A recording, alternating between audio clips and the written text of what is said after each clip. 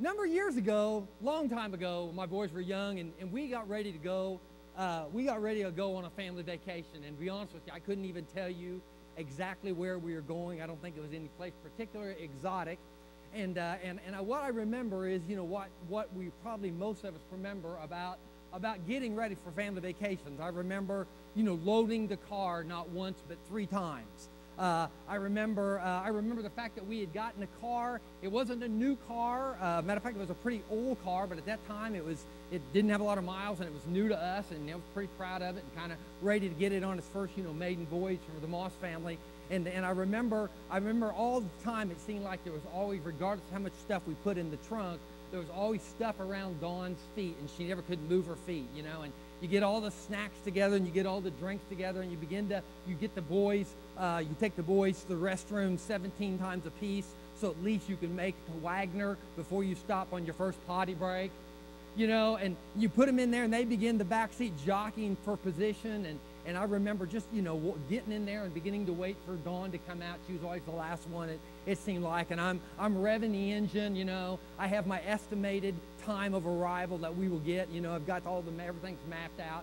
I am really excited about the trip. I remember one of my sons, I believe it was our second son, had a cold at that time. And I'm sitting in this car that feels like new, and I'm pretty proud of it. And he had a cold, and I remember he hadn't been in the car 30 seconds before he wipes his nose on the front, you know, on the front seat of the car. And I just remember thinking, oh man, what's that all about? Couldn't we go at least 5 miles before you wipe your nose on the front seat of the car? And I just remember just how kind of crazy it was, and just that whole idea of getting ready for a vacation. And I remember asking all the questions, and one of the questions was, for me always when we left somewhere, was honestly, do I have the money to get there and get back? Can you relate to that? I mean, just leaving and just, you know, you feel like you got everything you can take. You know, you're going to get a paycheck when you get back, hopefully. But I remember just leaving and going, man, I hope nothing breaks down. As long as we keep it to Happy Meals, you know, and Burger King, I think we're going to be okay, you know. But you just had this kind of gnawing fear along with the excitement. I think sometimes getting ready to leave on a family vacation and preparing to lead your family on their spiritual journey can be a lot alike. I'm sure there's a lot of comparisons that we could probably draw, but I think of at least 3. I think of one, the fact that although it's an adventure, and although that family vacations can be fun, as well as the spiritual journey, and that both have their ups and downs, and both have their times when you probably are doubting whether you really have the resources to do either one. Neither one are really glorious. You know, you see all these Disney World commercials. I don't know, well, I do know who comes up with them, and we know why. You see the families walking by, and they're talking to Mickey, and they're talking to Goofy, and then you got to find out you actually got to pay to talk to Mickey and Goofy when you go to Disney World.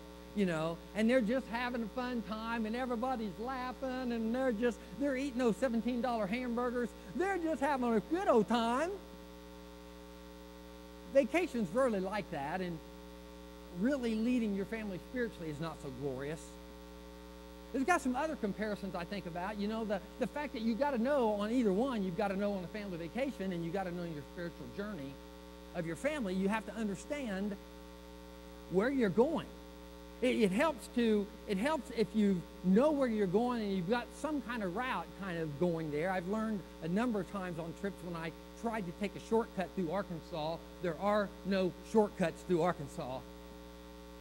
You end up in Toad Suck, you know, Snake Belly, you know, Possum Holler, all those kind of things. There are really no shortcuts. It's not glorious. There are no shortcuts. And I also learned this. You don't have to be a travel guide. You don't have to be a travel guide to lead your family on a family vacation. And you don't have to be a spiritual giant, folks. Hear this. You don't have to be a spiritual giant to lead your family on their spiritual journey. But you do have to lead the driveway. See, leading involves movement.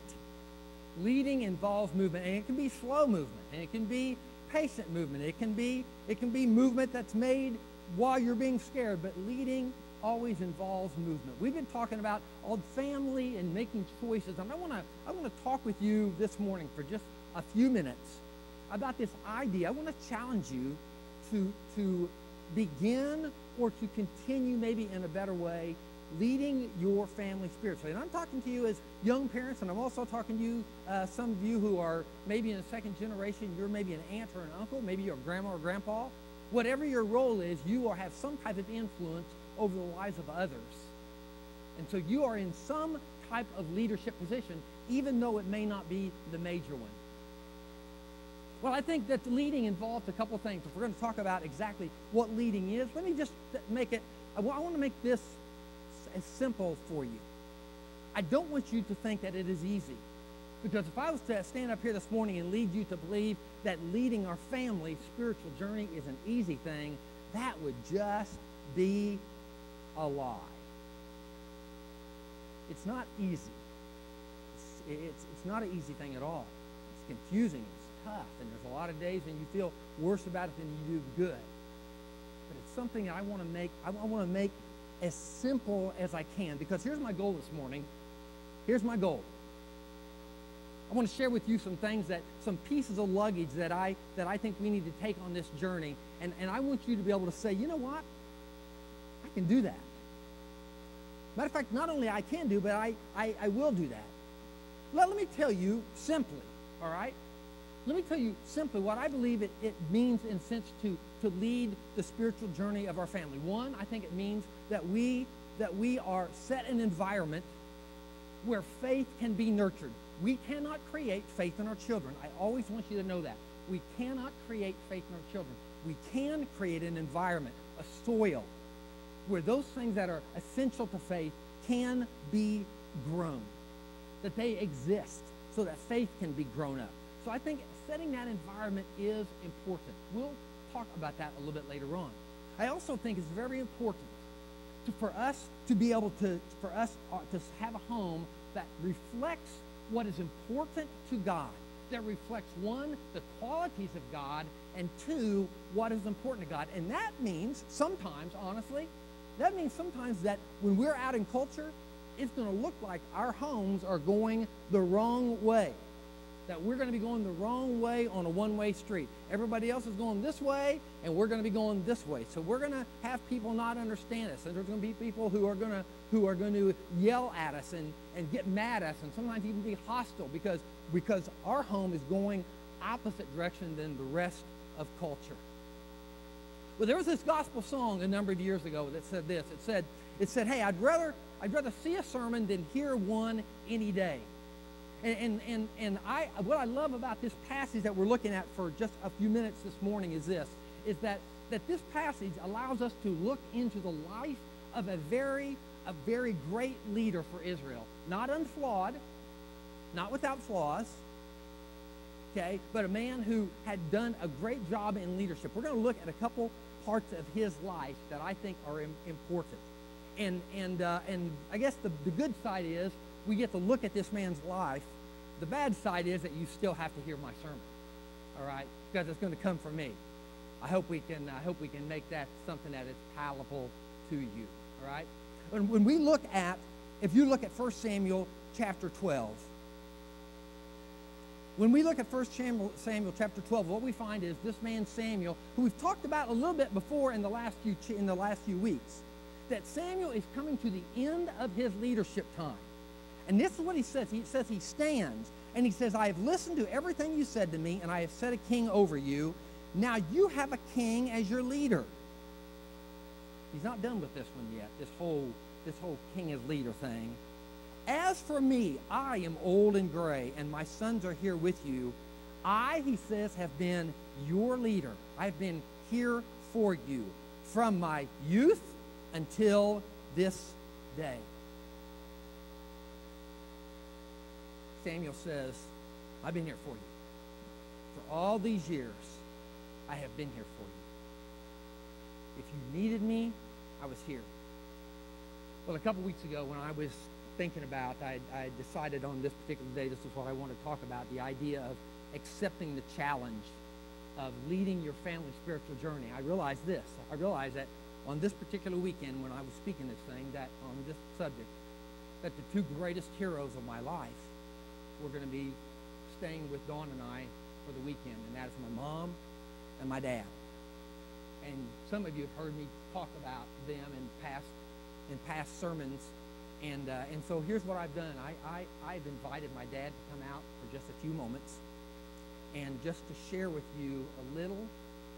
I just said, Dad, if you had a word for parents, knowing what you know and making the mistakes that you have made, what would you say? All right? I'm going to ask you to just bring my dad out with some encouragement, if you would. All right? Thanks, Steve.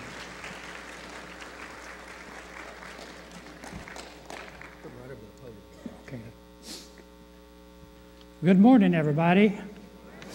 You guys are really lucky. I only have 7 minutes. So, and the boss told me that. But Steve, I need to get started here. Last week, Steve asked me if I would come and just spend a few minutes talking about leader and what a leader qualities they might need. And he said, Dad, if somebody were to walk in your office and say, what are the qualities that you think maybe a leader should have? And I've listed 8, and I'm a ex-football coach, so I go by numbers. So rather than have you guess, I'll tell you each time I get a new one, okay? But I just put down some things that I thought, knowing that some of them I'll be able to follow and do, and some I don't. Some days I do well, and some days I don't. But that's what God's all about. He'll help us if we'll just ask Him to do it, won't He? But first, I just listed, be yourself. And there's nothing like it. And I was looking at a devotion book that Steve gave me some time ago, and one of the things it talked about being yourself, just being humble and exactly what you are, and how it will affect people that you may never know, but their lives will be affected, and you'll have no idea if you're just humble and be yourself. Number 2, be the same every day. And that's hard to do, isn't it? Because some days things go wrong. It talked about peaks and valleys, and the peaks get you ready for the valleys, and there will be valleys. But accept the fact that there will be peaks and there will be valleys, and work from that. The third one is my favorite, and it's encouraging. And I don't think there's anything you can do for anyone, be a child or an older person, better than encouraging. If I can take just a minute, I worked with young people at a high school situation for 9 years in the University of Missouri, Rolla for about 32, and worked with a lot of young people. And encouragement, they'll do anything. They'll do anything for you, plus the fact, in coaching 8th grade football after I retired a little bit, you can criticize a young man or you can encourage a young man, and the next day he may not do something quite right. He'll remember that you encouraged him, and he or she will accept that criticism, be they 8 years old or 80. People need to have encouragement. I know today is pretty good medicine. Number 4 is just sitting down with your family and visiting. And guys, America is falling short there. We're not doing like we should. We're all so busy. We think we have, so we just need to really concentrate on that.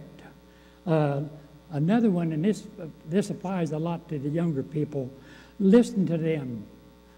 They come home from school. My wife listened to a lot of things that happen at school. They need somebody to turn an ear to, and we're missing the boat if we don't take time to listen. And if I may say so, this young man here is a good listener. And when he and I together, I dominate the conversation, and he just listens, and I appreciate it, Steve. Okay? Let's see, we've got number 6, I guess. For young people, get down on their level sometimes and act crazy and goof off with them, and they'll know that Dad really is real. Let them know that you can, have a good time with them, and they'll understand that. Number 7, support them with prayer in their school, in their church, in their communities. Attend and support them. That's very, very important if you want to be a leader. Another one is, how do I treat others? They'll see that. They'll see how you treat your neighbor. If you're sitting at the table and you talk about Mr. Brown is really a good guy, your children will say, Mr. Brown's a good guy. They'll pick up on these things. Everyone will, guys, if you'll do that. Again, my favorite is the encouragement, and over the years I've written quite a few notes, and I'm not too sure how many of them were readable, but it's something that I enjoy doing, and I still do. As I close, guys, I'd just like to tell you one thing. Steve and I were just talking. I think he and Dawn have been here 33 years. And my wife Janine and I would like to really thank the Boulevard Church. Guys, this is a very gracious church, a very good group of people, and we want to thank you very, very much for the kindness and the gracious you showed Steve and Dawn and our grandson. We're very appreciative, and I really love this church. It's a very good, friendly, down-to-earth church. Thank you very much. Okay, Steve,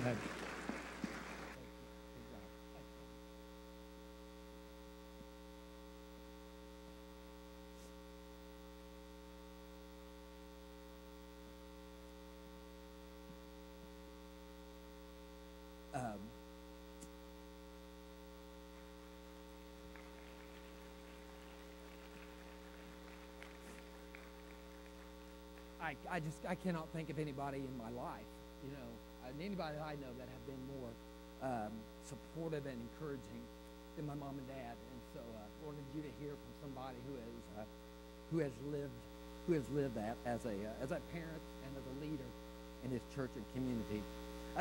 But I appreciate. It's amazing. I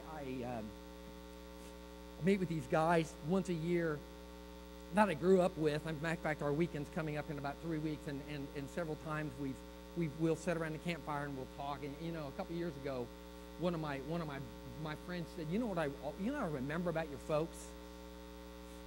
They were always there. They said whenever we were playing, whatever you were playing, ball, B team, C team, E team, whatever it was, your folks were always there. And one of them said, I always wished my folks would have supported me the way your folks supported you. So that's important. That's important, right? Support and encouragement. I think that's vital for us as we seek to lead our family. And you know what? Let me just ask you a question. Is that something that you believe you can do? I believe you can. I believe you can. Speaking words of encouragement, being there for your kids, listening, some of those things that Dad shared just a little while ago, all right? Did you remember the movie Braveheart? Remember the movie Braveheart? We had that clip a couple weeks ago, where he's riding on the black steed, and the whole someday you'll be laying on your beds, and he yells freedom. Well, I don't know necessarily if William Wallace really ever stood before his men with the British on the hill and gave that particular speech. I don't know if he did or not. Maybe he did, maybe he didn't. But I do know this. That after Samuel has said what he has said, I have been here for your leader from my youth until this day. I know that this leader that we're talking about in 1 Samuel 12, that he says something that to me rivals and beats anything William Wallace might have ever said on his black steed on that day. Listen to what he says, and it's a little bit long, but you've got to hear in these final days of Samuel's leadership, his life over Israel. Here's what he says. Here I stand. Testify me against me in the presence of the Lord and his anointed. Whose ox have I taken? Whose donkey have I taken? Whom have I cheated? Whom have I oppressed? From whose hand have I accepted a bribe to make me shut my eyes? If I have done any of these things, I will make it right. They replied, you have not cheated or oppressed us. You have not taken anything from anyone's hand. Samuel said to them, the Lord is witness against you, and also his anointed is witness this day, that you have not found anything in my hand. Integrity. Integrity as parents is doing the right thing even when no one is looking. We talked about faithfulness last week. Integrity, dads, husbands, is doing the right thing even when your wife may or may not know. Integrity is doing the right things even when your children may or may not know. Integrity is doing the right thing even when no one is looking. Integrity is, at its base, it is having the right moral compass. It is north being north as we make daily decisions. It is right being right and wrong being wrong, and thus try not to blur it with any type of grays. Integrity is doing the right thing, and it's important for us to have that kind of compass. But you know something? And when you look at this passage, folks, and I encourage you to take a look at it, all right, to make sure that we look a little bit beyond. Here's something, as I read this, I realized what was going on. This is not just a leader who has been a leader all these years. This is not just a man who is saying, I am a man of integrity. I am right. He's not just saying, hey, I didn't take anything from your hand. He's asking the question. He stands before him, maybe believing in his own heart that he has been a leader of people, of God's children with integrity. But you know what he's doing here? He's asking them to examine him. He's saying, test me. He's not saying, I didn't take anything from you. He said, if I did, you let me know. He says something very important here. If I have, I will make it right. Folks, as a parent, that's gutsy. As a leader, as a person who wants to lead our home, or to a person who wants to set an example for our family, for our spouses, for our children, that's gutsy. Not I'm a man of integrity, not I'm a dad of integrity, not I'm a husband of integrity, standing in front of our families and saying, share with me. Tell me if I have offended you. Tell me where I have hurt your feelings. Tell me where I have not been honest. Tell me where I said we could do this, but then I did not follow through. Tell me when I didn't support you, when I didn't encourage you. That's exactly what Samuel is doing here. And I believe as leader of our family's spiritual journey, we not only have to give encouragement, support, we not only have to have that integrity, but we have to have a type of honesty. He is willing to own his mistakes. Donald Miller says in his book, Scary Close, he says that homes where parents are honest about their own failings are healthy homes. They are homes where a child can learn and will learn that he can be or she can be honest about his or her failings. A number of years ago, and I know surveys can prove almost anything, but a number of years ago, they did a survey, and they did a survey of families who had been honest with their parents, or with their children, not only about their own misgivings, their own offenses, but also they had gone back several generations, kind of going back up the family tree, and said, hey, I want you to know about Grandma and Grandpa. I want you to know about some of the struggles that they had. I want you to know about great-grandma and grandpa. And they kind of walked back up their family tree and just said, here's some positive things, but here's also some truthful things. And they realized, they found out that those children who understood the ups and downs and the rights and wrongs of their family tree, those children actually were able to do better. There was a higher success rate in a sense. They were able to deal with failings in a better way. See, we're only as sick as our secrets, folks. We're only as sick individually as our secrets, as our individual secrets, and we're only as sick as a family as our family secrets. When those things begin to come to the top, and they're painful and they're hurt and it's scary. And I had someone tell me the other day when I was afraid when I told my family they wouldn't like me anymore. And guys, guess what? They even loved me more than they had before. Wow, isn't that cool how that works? Mom and Dad, listen. I know this is scary. I know this is scary. But when we live lives to our children, acting like we always have it all together, acting like we haven't made a mistake and we're not going to make a mistake, that we don't know what failure looks like, we are teaching them that failure is not okay. And when they do fail, they will hide that because failure is not okay. And when they do fail, they will not know what to do with that failure because failure is not okay. They've never seen anyone get up off the ground before. Our children have to hear about our failures. They have to hear about our offenses. They have to hear our confessions because it sends a message that life involves failure. And it sends a message of how to deal with failures. And you know what? At the core, at the very, very core of us having this honesty in our parenting, listen, as Christians, the whole message, the whole thing is about, I cannot do this. It's like what Ed said today in his communion meditation. I can't do this. God, I'm going to fail, and I need you. And precisely why God placed his son on the cross, because we couldn't do it on our own. And us saying, I fail and I need God, sends a message to our children, I fail too, and I need God too. It's the soil. That kind of honesty is the soil that true relationship grows in. Well, you've probably heard me say this before, but this particular illustration, but a good friend of mine, Roy Robertson, many of you know Roy. Years ago, we were lifting weights together, and Roy said to me, he was telling me about this story that he had been lifting weights in this particular time, and he was doing what is called a kind of a burnout. A burnout is when you start with the minimum amount of weights and you go to the maximum amount of weights and you come back to the minimum amount of weights, and you go until your muscles just can't push anything anymore. They're completely burned out. And he had gone clear up and he was coming clear back down. He was at, I think, a gymnasium, the YMCA here in town. And he said, Steve, he said, honestly, I'd gone all the way up the scale, came back down, had a really good workout, but he said, I was at the end. He said, all I had was the bar.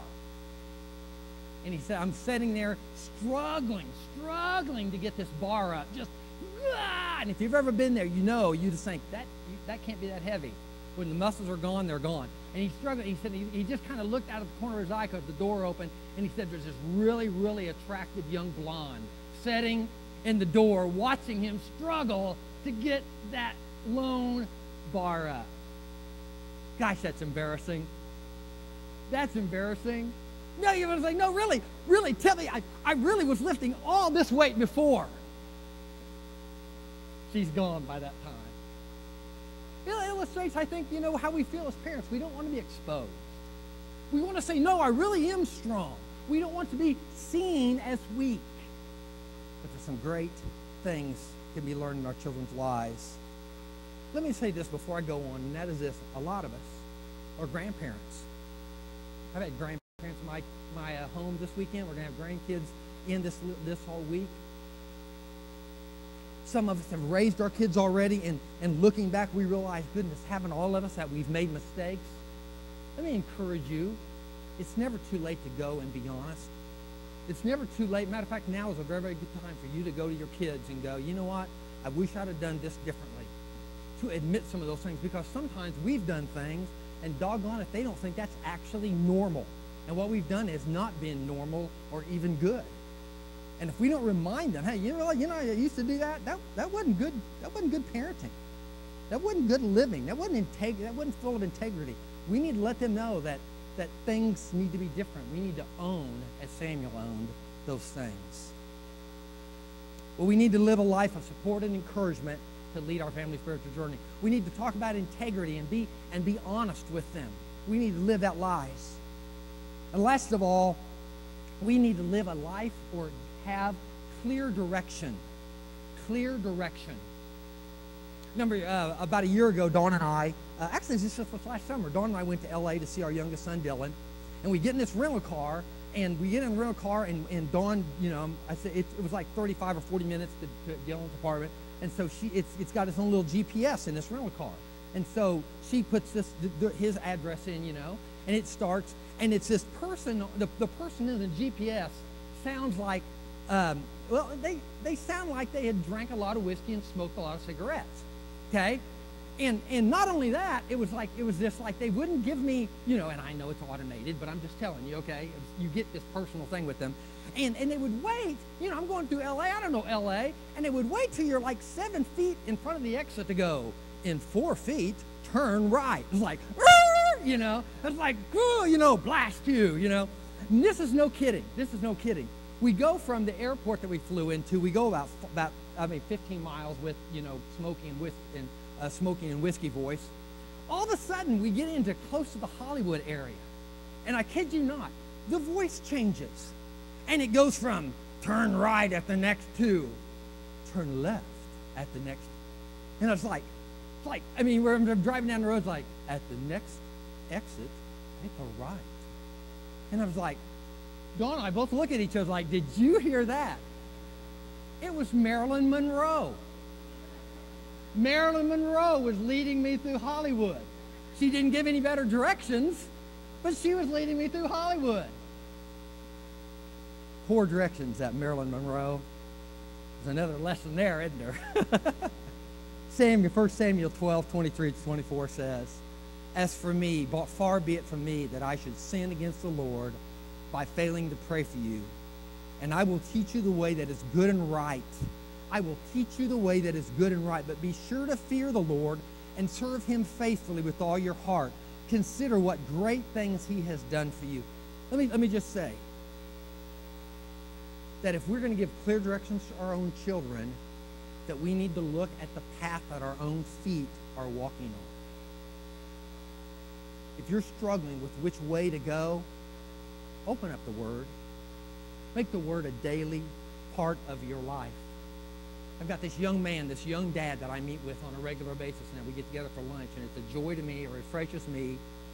He has almost no foundation spiritually in his life, in his past.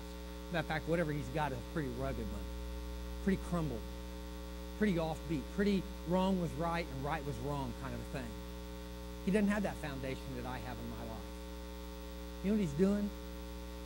He finished reading the entire Bible this last year. He's starting again.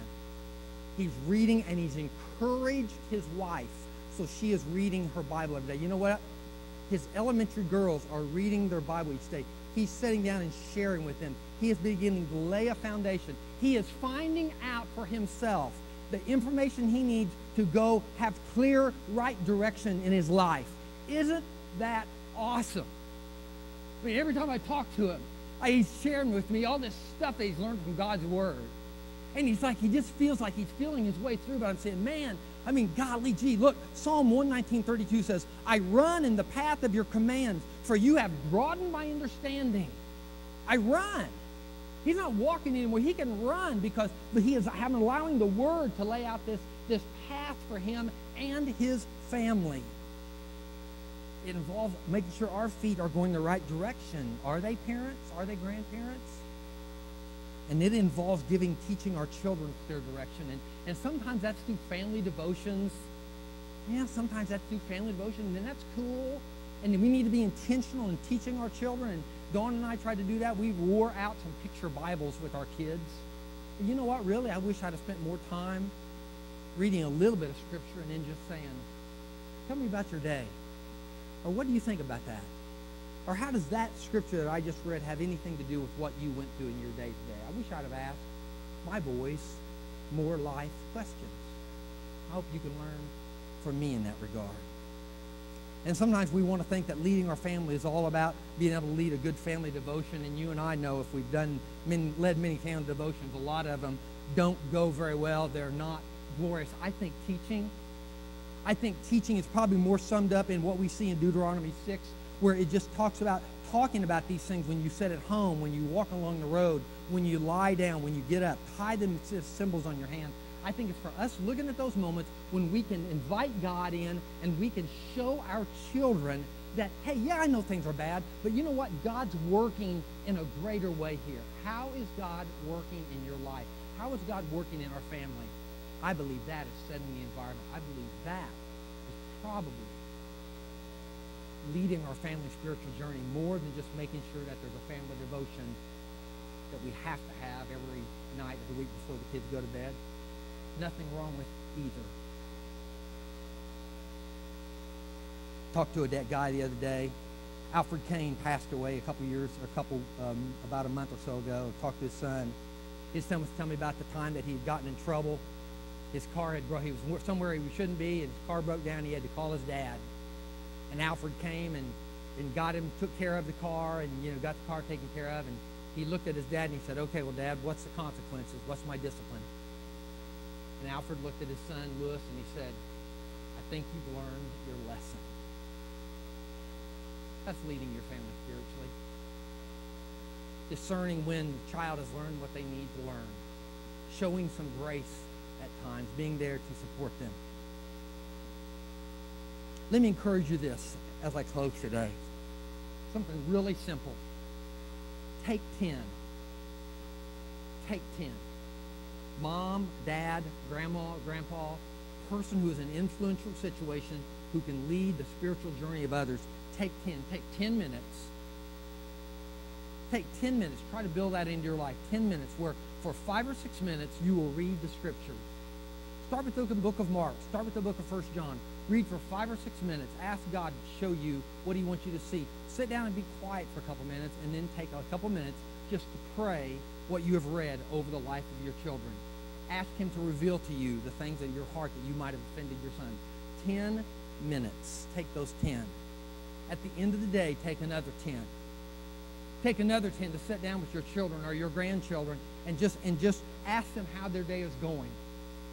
And maybe read them a passage or two from what you read earlier and just say, what do you think of that?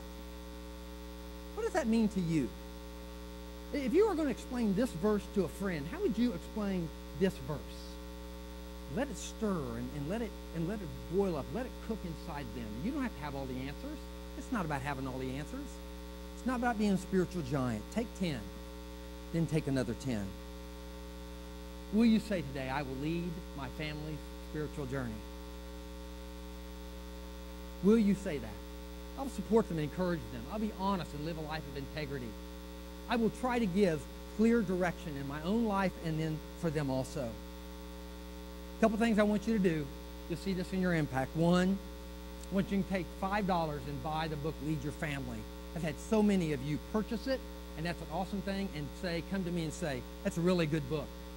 Okay? Each chapter is about 4 pages. Read it. It's really great.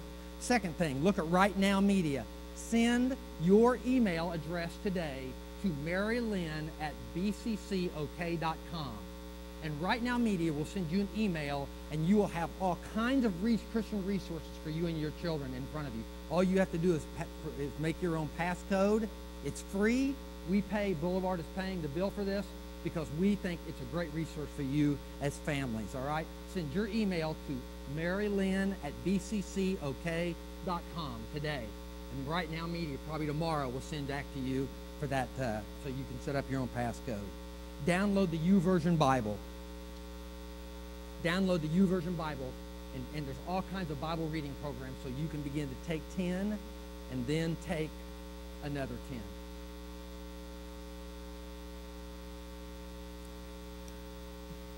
When I was 17, I didn't even know it at the time, but I was at this pivotal place in my life where God was getting ready to bring me to a Y in the road. I really didn't know it. And when I was 17, I believe it was the spring of my year when I was 17, I was sitting in church, and we got to this time in the church service. And I watched my dad, who was an elder at the church at that time, I watched him stand up and walk the aisle and rededicate his life to Jesus Christ.